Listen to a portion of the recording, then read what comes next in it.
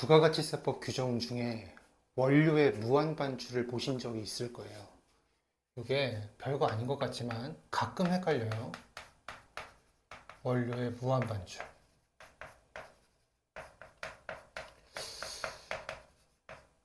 저도 수험생 시절을 돌이켜보면 이게 좀 헷갈렸었던 것 같아요. 잘 이해가 되지 않았고 그냥 무턱대고 그냥 외웠던 것 같아요. 저는 이런 게 헷갈렸어요. 지금 수험생 여러분들도 이게 헷갈릴지 모르겠습니다만 저는 뭐가 헷갈렸냐면 일단 이 원료의 무한 반출을 앞쪽 파트에서 공부했었어요. 재화의 공급으로 보지 않는다.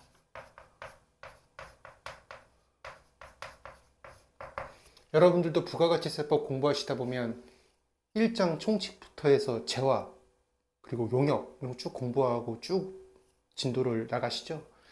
재화의 공급 파트 쪽에 가보면 재화의 공급은 뭐다 이렇게 설명하고 이러이러한 것들은 재화의 공급으로 보지 않는다 이런 부분이 나올 거예요. 거기에 얘가 있어요. 원료의 무한반출. 그렇구나. 거기까지는 아무 문제 없거든요. 그런데 여기서 한마디를 덧붙여요. 재화의 공급으로 보지 않을 텐데 다만 영세율이 적용되는 경우는 제외한다 이렇게 되어 있어요. 영세율이 적용되는 경우는 제외한다. 재화의 공급으로 보지 않는 경우에서 제외한다고 했으니 결국 이 얘기는 재화의 공급으로 본다는 얘기일 거예요. 근데 너무너무 당연하죠. 재화의 공급으로 보니까 영세율로 과세한다는 얘기가 되는 거 아니겠어요? 어찌됐든 간에 그래? 재화의 공급으로 보지 않는데 영세율이 적용되는 경우가 있다고? 그래서 영세율, 수출, 재화의 수출 파트로 넘어가 보면 재화의 직수출, 그리고 중개무역 방식 등의 수출의 원료의 무한 반출이 하나 떡하니 규정되어 있는 것을 보신 기억이 있을 거예요. 여기서 저는 멘붕이 왔다고요. 아마 저랑 똑같은 분도 계시지 않을까요? 야, 재화의 공급으로 보지 않는다며 원료의 무한 반출은. 근데 영세율이 적용된다고? 왜 영세율이 적용되지? 일단 그 이유를 모르겠어. 영세율이 적용되는 이유가 무엇일까? 그러니까 재화의 공급으로 보지 않는다고 해놓고 왜 이쪽에서는 재화의 공급으로 보아서 영세율이 적용될까? 그렇다면 나는 앞으로 이 두 가지 규정을 어떻게 기억하고 어떻게 이해해야 하는 것일까? 요 두 가지가 되게 고민스러웠을 거라고요. 저도 그랬고. 그래서 요 오늘 두 가지 얘기를 해볼 거예요. 일단 첫 번째, 왜 원료의 무한 반출이 영세율 적용돼서 하면 재화의 공급이 되는가? 여기서 재화의 공급으로 보지 않는다고 했는데 도대체 왜 그럴까? 종전에는 원료의 무한 반출 규정이 위탁 가공 무역 방식의 수출과 하나의 조문으로서 규정이 되어 있었어요. 제가 나눠드린 자료를 보시면 볼드체, 진한 글씨체로 된 부분이 있어요. 그게 종전 규정인데요. 위탁 가공 무역 방식의 수출 이렇게 딱 규정해 놓고 그 대괄호 안에 이 위탁 가공 무역 방식의 수출이 뭔지를 설명하고 있는데 그 부분을 읽어보시면 가공임을 지급하는 조건으로 외국에서 가공할 원료의 전부 또는 일부를 거래 상대방에게 수출하거나 외국에서 조달하여 이를 가공한 후에 가공 물품 등을 외국으로 인도하는 방식의 수출을 말하며 여기까지가 위탁 가공 무역 방식의 수출의 정의예요. 여기까지는 이미 우리가 다 알고 있는 문구죠. 원료를 반출해서 물건을 만들게끔 하고 팔든가 만들어서 팔든가 혹은 외국에서 원료를 조달해서 물건을 가공하게 한 다음 공급한다. 이게 위탁 가공 무역 방식의 수출이에요. 국외 수탁 가공업자와 계약을 맺어서 국외 수탁 가공업자에게 물건을 만들게 한 다음 수출한다. 자, 그런데 그 진한색 볼드체 되어 있는 그 문단의 세 번째 줄 중간 부분을 보시면 문장이 이어지죠. 자, 이런 방식의 수출이 위탁가공 무역 방식의 수출이고, 사업자가 원자재를 국외의 수탁 가공 사업자에게 대가 없이 반출하여 가공한 재화를 국내로 반입하지 아니하고 다른 사업자에게 양도하는 경우로서 양수한 사업자가 해당 재화를 외국 인도 수출의 방식으로 수출하는 경우를 포함한다. 이렇게 되어 있죠. 지금 방금 전에 읽은 이 문장이 뭐냐면 우리가 지금 현행 규정으로서 알고 있는 원료의 무한 반출이에요. 조금 다르죠, 근데 우리가 알고 있던 것과 달라요. 요 지금 우리가 방금 읽었던 요 문장을 간단한 사례를 하나 구성해서 좀 만들어 볼게요. 이 사례는 제가 강의하고 있는 세무회계 연습서 주민규 세무사님 저서 책 있죠. 그 세무회계 연습서 2 부가가치세법 문제에 비슷한 사례가 있어요. 보신 분들은 그 사례로서 이해하시면 돼요. 이런 거예요. 이 조문이 얘기하고 있는 상황은 이런 상황인 거예요. 여기에 국내 사업자 갑이 있어요.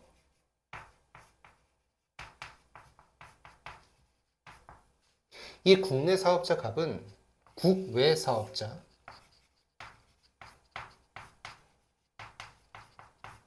A와 제품을 공급하기로 하는 계약을 체결했어요.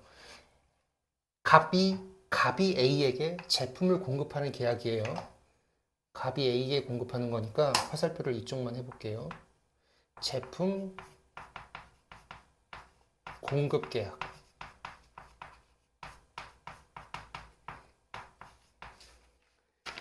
자, 그러면 이 국내 사업자 갑은 국외 사업자 A에게 물건을 만들어서 줘야 되는데 그 물건 가공, 제품, 제조를 직접 하지 않고 국내 다른 사업자 을에게 부탁을 하는 거예요. 국내 사업자 을에게 이렇게 서로 계약을 맺음으로써 A에게 공급할 제품을 만들어 달라고 가공 계약을 체결하는 거예요. 얘네 둘도 계약을 맺는 거예요. 제품, 제조, 계약. 그냥 요 말은 그냥 제가 그냥 간단하게 뜻만 통하게끔 썼어요. 그럼 을은 갑과의 계약 내용에 따라서 갑이 A에게 제공할 요 제품을 만들어 줘야 돼요. 그런데 얘도 자기가 직접 만들지 않아요. 국내 인건비가 비싸다는 이유 등등등으로 인해서 국내에서 만들지 아니하고 국외 사업자에게 수탁을 맡기는, 위탁 맡기는 거예요. 국외 수탁 가공 사업자가 있더라. 수탁 가공 사업자. 이렇게 계약을 또 맺어서 이 수탁 가공 사업자에게 원료를 반출함으로써 이 원료는 당연히 갑이 A에게 공급할 이 제품을 만드는 데 들어가는 그 원료일 거예요. 그 원료를 반출해서 이쪽 국외 수탁 가공 사업자에게 말 그대로 가공을 맡겨요.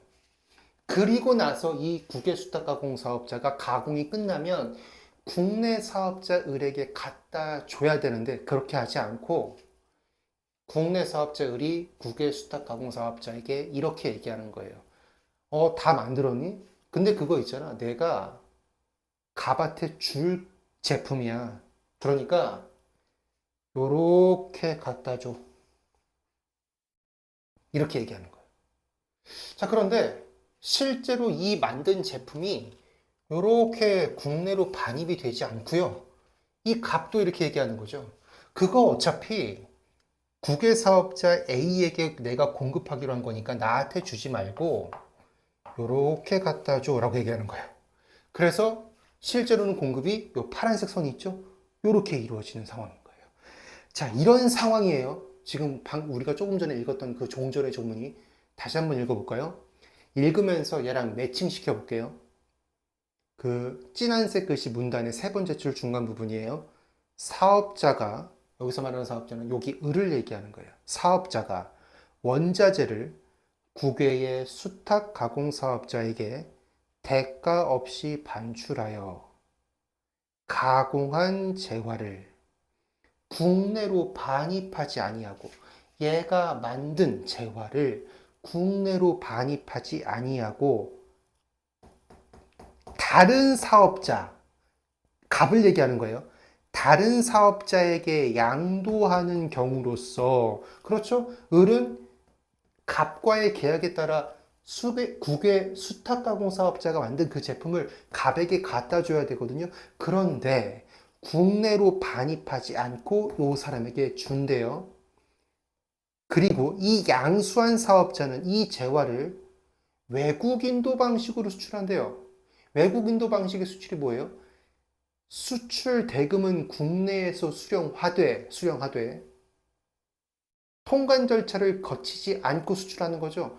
원래대로라면 수출은 만든 제품 국내로 반입해서 통관 절차 제대로 거치고 수출 물품으로서 신고한 다음 수출을 해야 되는 것인데, 그러한 통관 절차를 거치지 아니하고 수출한다. 아, 이러한 경우에 그 원료의 반출은 뭐라고요? 위탁 가공 무역 방식의 수출에 포함시켜서 영세율을 적용하겠다. 이게 종전 규정이었다고요. 그런데 이게 개정이 되면서 뭐를 삭제했냐면, 첫 번째, 국내로 반입하지 아니하고 라는 규정을 삭제했고요. 그리고 이 양수한 사업자가 외국 인도 방식으로 수출할 것이라는 요건을 삭제했고요. 위탁 가공 무역 방식 수출안에 포함되어 있던 원료의 무한 반출을 분리시킨 거예요. 그래서 지금 우리가 알고 있는 현행 조문이 되었다라는 거예요. 아, 다시 한번 정리해 볼게요. 위탁 가공 무역 방식의 수출이 뭔지는 알아요. 그렇죠? 위탁 가공 무역 방식의 수출은 이 국내 사업자 갑이 등장하지 않는 요 사람이 빠진 요 얘기죠. 이 사람이 자기의 물건을 만들려고 원료를 반출시켰고 그 원료로 만든 제품을 외국으로 수출한다. 이게 위탁 가공 무역 방식의 수출이었고, 종전에는 요 위탁 가공 무역 방식 수출 안에 뭐가 포함되어 있었다고요? 이러이러한 계약을 맺은 요 사업자와 계약을 맺고 이 사업자의 물건을 만들어줄 요량으로 국외 수탁가공 사업자에게 원료를 반출했고, 만든 재화를 이렇게 갖다 줘야 하는데 국내로 반입시키지 않은 채 양도하고, 그리고 그 양수한 사업자가 이 마찬가지로 국내로 반입하지 아니하고 외국 인도 방식으로 수출을 하게 되면 걔도 위탁 가공 무역 방식의 수출로 보았다. 그런데 위탁 가공 무역 방식 수출 안에 포함되어 있던 이 원료의 무한 반출을 떼어냈고, 국내로 반입하지 아니하고라는 요건과 외국 인도 방식으로 수출할 것이라는 요건을 삭제했다. 그래서 지금의 현행 조문이 되었다라는 거예요. 아, 우린 종전 규정을 살펴봄으로써 왜 영세율 적용 대상이 되는지를 알았어요. 이 원료의 반출은 결국 이 사업자 갑이 국외 사업자 A에게 수출할 제품의 원료가 되는 거니까, 그래서 영세율 적용이 됐던 거네요. 이 원료는 제품으로 만들어져서 공급이 됐으니까 재화의 공급인 거네요. 첫 번째 문제, 첫 번째 헷갈리는 점은 해결을 했어요. 왜 영세율이 적용이 될까? 이렇기 때문에 영세율이 적용이 된다. 자, 근데 두 번째. 그러면 재화의 공급으로 보지 않는 원료의 무한 반출과 얘를 어떻게 구분할 거냐라는 게 그 문제가 이제 남는데, 그 문제는 이제 간단하게 해결할 수 있어요. 어떻게 해결할 수 있냐면, 재화의 공급으로 보지 않는 원료의 무한 반출은요, 그 원료가 아직 제품으로 완성이 안 됐어요. 그러니까 공급된 적이 없어요. 그게 차이점이에요. 여기서는 보세요. 원료가 뚝딱뚝딱 가공을 거쳐서 제품으로 만들어지고 공급이 됐잖아요. 그러니까 재화의 공급으로서 영세율이 적용된 거예요. 하지만 원료를 반출만 하고 재화로 만들어지지 않았다. 공급이 이루어지지 않았다. 재화로 만들어진 적이 없다. 그러면 그건 너무도 당연하게 직관적으로 이해하시면 되죠. 원료가 아직 제품으로 만들어진 적이 없네. 공급이 안 됐네. 재화의 공급이 아니지. 이렇게 이해하시면 되는 거예요. 우리는 오늘 원료의 무한 반출에 대해서 왜 영세율이 적용이 되는지, 그리고 재화의 공급으로 보지 않는 경우와 구분을 어떻게 할 것인지 그 두 가지 얘기를 정리해 봤어요.